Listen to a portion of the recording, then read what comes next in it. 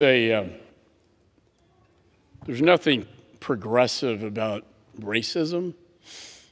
Racism is ugly. And I know my colleague, my dear friend, Mr. Meeks, a member of the Congressional Black Caucus, knows what racism is. He's also the strongest supporter of Israel. I know our colleague John Lewis knows what racism really is.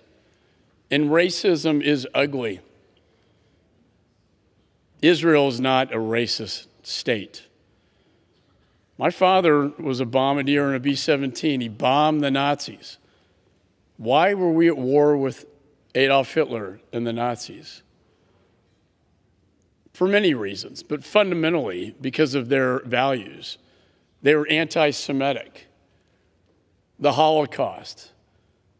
Racism in its ugliest form took place in the concentration camps in Europe, and indeed in Auschwitz, where I've attended, to see the horrors of what mankind can do against mankind. Why was the state of Israel formed? Israel was formed out of a racist society to say to the world, no longer, never forget, we will not tolerate racism.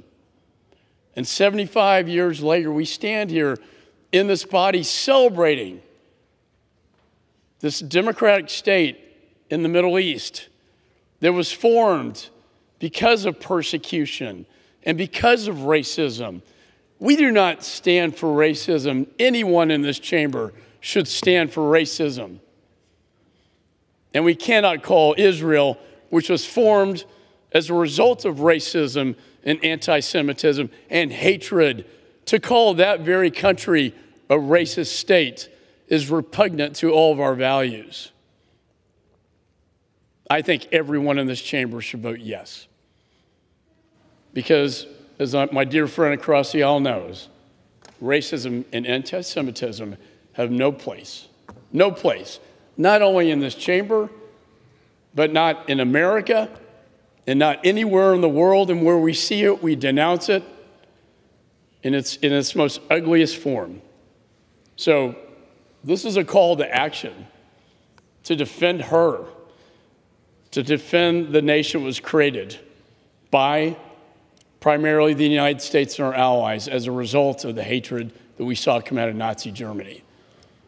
And so with that, Mr. Speaker, I urge all my colleagues to vote yes, and I yield back the balance of my time. The gentleman yields.